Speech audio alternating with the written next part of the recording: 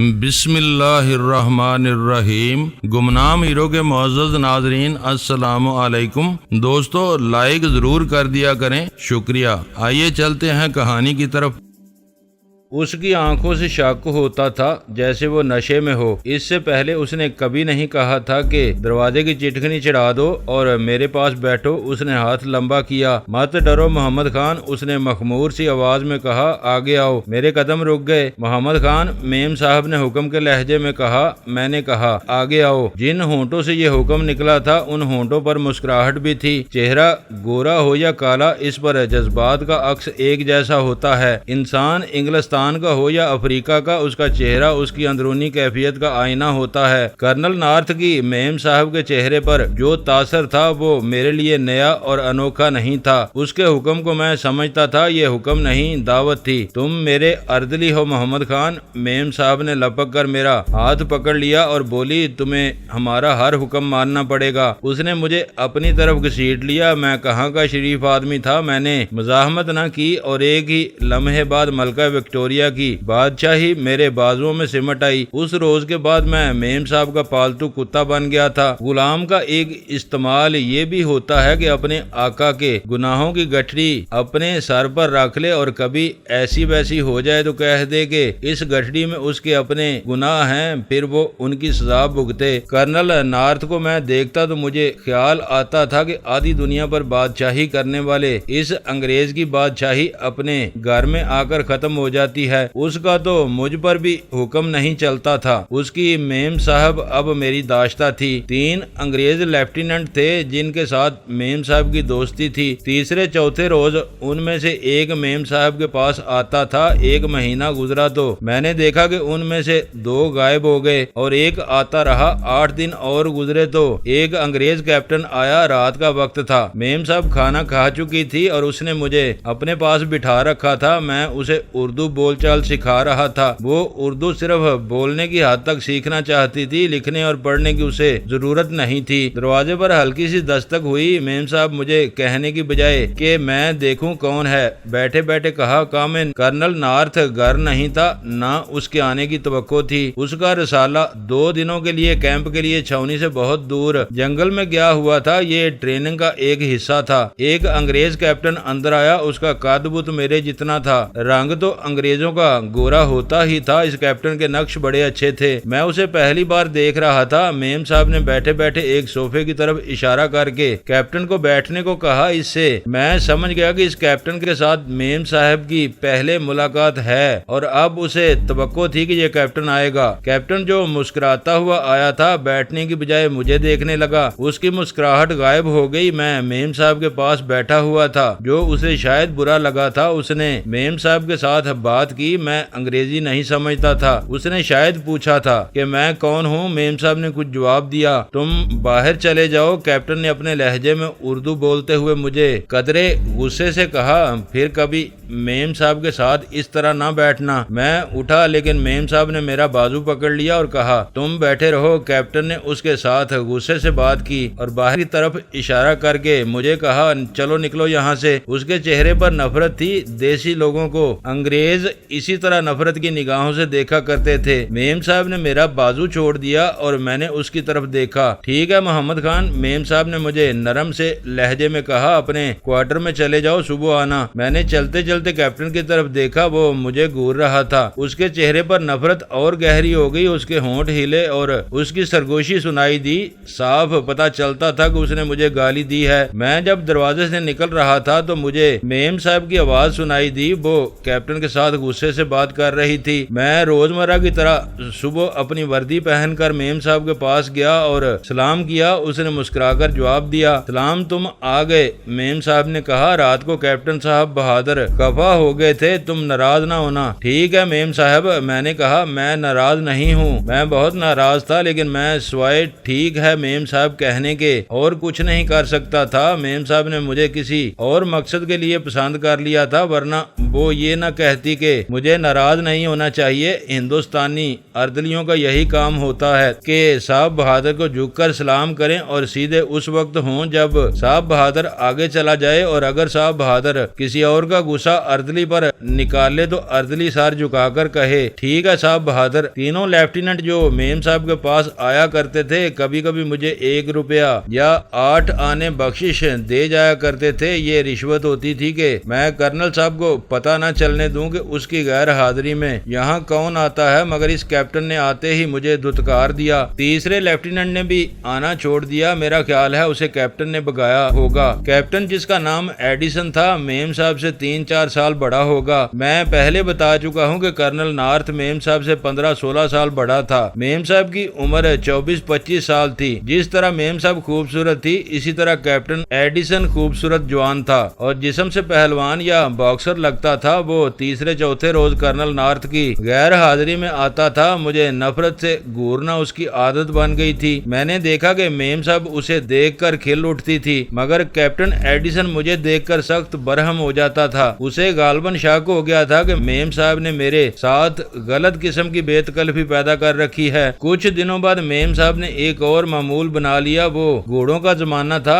شام کو انگریز افسر گھوڑوں پر سوار ہو کر سیر کو نکلا کرتے تھے۔ کرنل نارتھ کا ایک گھوڑا سرکاری تھا اور ایک اس کا اپنا تھا۔ ایک شام میم صاحب نے دونوں گھوڑوں پر زینے کسوائیں، ایک پر خود سوار ہو گئیں اور دوسرے پر مجھے سوار ہونے کو کہا۔ کہنے لگی کہ سیر کو جانا ہے۔ اس کا گھوڑا چل پڑا، میں نے اپنا گھوڑا اس کے گھوڑے کے پیچھے کر لیا۔ میں اپنی مخصوص وردی میں تھا۔ ہم چھاونی سے نکل گئے اور جنگل میں داخل ہو گئے۔ اس زمانے میں وہ علاقہ ویران ہوا کرتا تھا۔ دور 3-4 انگریز گھوڑے دوڑا رہے تھے۔ ہم جب اتنی دور نکل گئے کہ چھاونی نظر نہیں آتی تھی، ایک گھوڑ سوار بائیں طرف سے گھوڑا دوڑاتا ہماری طرف آیا۔ تم ادھر ٹھہرو محمد خان، میم صاحب نے مجھے کہا، یہیں میرا انتظار کرنا۔ اس نے گھوڑے کو ایڑ لگائی اور اس سوار کی طرف چلی گئی جو ادھر آ رہا تھا۔ سورج غروب ہونے میں ابھی کم و بیش 1 گھنٹہ باقی تھا۔ وہ سوار ذرا اور قریب آیا تو میں نے پہچان لیا، وہ کیپٹن ایڈیسن تھا۔ اس نے میم صاحب کو اپنی طرف آتا دیکھ کر گھوڑے کو اس طرح موڑا کہ دونوں گھوڑے پہلو پہ پہلو ہو گئے اور دوڑتے رہے۔ آگے جا کر وہ نیچے اتر گئے، وہاں زمین نشیب میں چلی گئی تھی۔ میں نے جہاں گھوڑا روکا تھا وہیں اتر کر میم صاحب کا انتظار کرنے لگا۔ وہ دونوں اس وقت آئے جب سورج غروب ہو چکا تھا۔ میرے قریب آ کر کیپٹن ایڈیسن نے گھوڑا موڑا اور جدھر سے آیا تھا ادھر ہی چلا گیا۔ کیپٹن صاحب بہادر بہت اچھا آدمی ہے، میم صاحب نے کہا۔ اس کا بھی کرنل صاحب کو نہ بتانا، سوار ہو جاؤ اور چلو۔ میں جب گھوڑے پر سوار ہوا تو میرا گھوڑا اس کے گھوڑے کے پہلو میں چلا گیا۔ میری ٹانگ میم صاحب کی ٹانگ کے ساتھ جا لگی۔ تم بھی بہت اچھا آدمی ہے محمد خان، اس نے میری ران پر ہاتھ مار کر کہا اور ہنس پڑی۔ میں نے اس رات اپنے متعلق سوچا، میں کب تک یہاں رہوں گا؟ یہ میری منزل نہیں تھی۔ میم صاحب نے مجھے ایسی وردی پہنا دی تھی کہ ہر کسی کی نظریں مجھ پر اٹھتی تھیں۔ میں ڈرتا تھا کہ کوئی نہ کوئی مجھے پہچان لے گا اور میں پکڑا جاؤں گا۔ میم صاحب مجھے چھڑا نہیں سکے گی بلکہ مجھے بنگلے سے نکال دے گی۔ مجھے زیادہ خطرہ کرنل نارتھ کے اردلی کی طرف سے محسوس ہو رہا تھا۔ اس کا نام روشن خان تھا۔ پہلے بتا چکا ہوں کہ وہ میرے علاقے کا رہنے والا تھا۔ اس نے میرا نام، میرے جرائم کی کہانیاں سنی تھیں۔ خدشہ یہ تھا کہ اس کا کوئی ایسا رشتہ دار اسے ملنے آ گیا جو مجھے پہچانتا ہو تو وہ مجھے پکڑوا دے گا۔ مجھے زندہ یا مردہ پکڑنے والے کے لیے 10,000 روپیہ انعام مقرر تھا۔ میں پولیس میں رہ چکا تھا۔ مجھے معلوم تھا کہ اشتہاری یعنی مفرور ملزموں کے فوٹو ہر تھانے میں پہنچا دیے جاتے ہیں جو ایک بورڈ پر چسپاں ہوتے ہیں۔ میں صرف بنگال پولیس کا مفرور ملزم نہیں تھا، مجھے پنجاب پولیس بھی ڈھونڈ رہی تھی۔ میرٹھ، چھاونی اور شہر کے تھانوں میں میرا فوٹو ضرور پہنچ چکا ہوگا۔ میں روشن خان پر نظر رکھتا تھا۔ میرے علاقے کے ہزاروں آدمی فوج میں تھے، ان میں سے کئی میرٹھ، چھاونی میں بھی ہوں گے۔ یہ خدشہ بھی تھا کہ روشن خان کا کوئی ایسا فوجی دوست نہ آ جائے جو مجھے پہچانتا ہو۔ میں جوں سوچتا گیا پریشانی بڑھتی گئی۔ رہ رہ کر فرار کا راستہ ہی سامنے آتا تھا، مگر یہ سمجھ نہیں آتی تھی کہ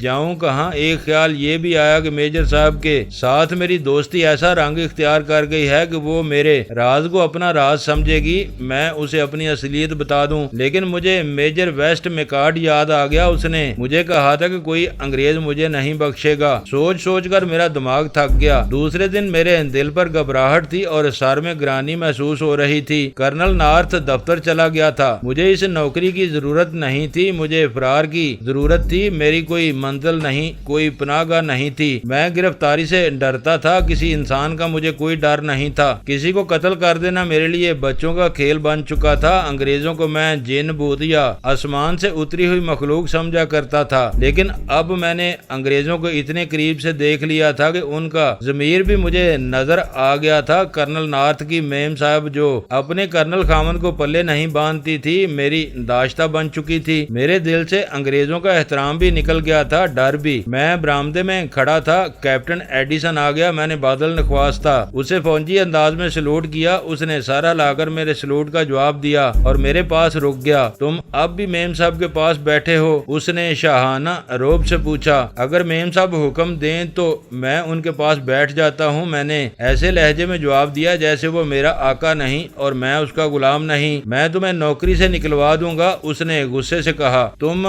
گندے ہندوستانی کتے، میں تمہارا یہ گندا چہرہ دیکھنا نہیں چاہتا۔ میں جل اٹھا، اگر وہ ہندوستانی ہوتا تو میں اس کا گلا دبا کر بھاگ جاتا۔ میں نے اس انگریز کیپٹن کا اتنا ہی احترام کیا، اس کا گلا نہ دبایا لیکن اور کوئی کسر نہ رہنے دی۔ میں لات مارتا ہوں تمہاری نوکری پر۔ میں نے کہا، تم نے مجھے گندا ہندوستانی کہا ہے؟ کتے تم ہو، ایک کتیا کے پیچھے پھرتے رہتے ہو تم۔ کرنل صاحب کی موجودگی میں یہاں کیوں نہیں آتے؟ اس کے چہرے کا رنگ گلابی تھا، یہ رنگ لال ہو گیا۔ اس نے جب غصہ جھاڑنا شروع کیا تو اس کے منہ سے جاگ اڑنے لگی۔ اس نے مجھے اردو انگریزی میں ملی جلی گالیاں دی۔ میم صاحب سے پوچھو اس نے مجھے کیوں رکھا ہوا ہے؟ میں نے کہا، تم مجھے کتا کہتے ہو، میں اس وقت تک تمہیں کتا نہیں سمجھتا تھا جب تک میں نے یہ نہیں دیکھا تھا کہ تمہارے بنگلوں کے اندر ہوتا کیا ہے۔ اب میں نے دیکھ لیا ہے۔ کیپٹن ایڈیسن اور زیادہ گرج کر بولنے لگا۔ مجھے احساس تھا کہ یہ بادشاہ قوم کا کپتان ہے اور یہ میرے ساتھ عورتوں والی لڑائی جاری نہیں رکھے گا بلکہ مجھے باقاعدہ سزا دلوائے گا۔ میری حیثیت ہی کیا تھی؟ میں اردلی تھا، ہندوستانی تھا۔ میم صاحب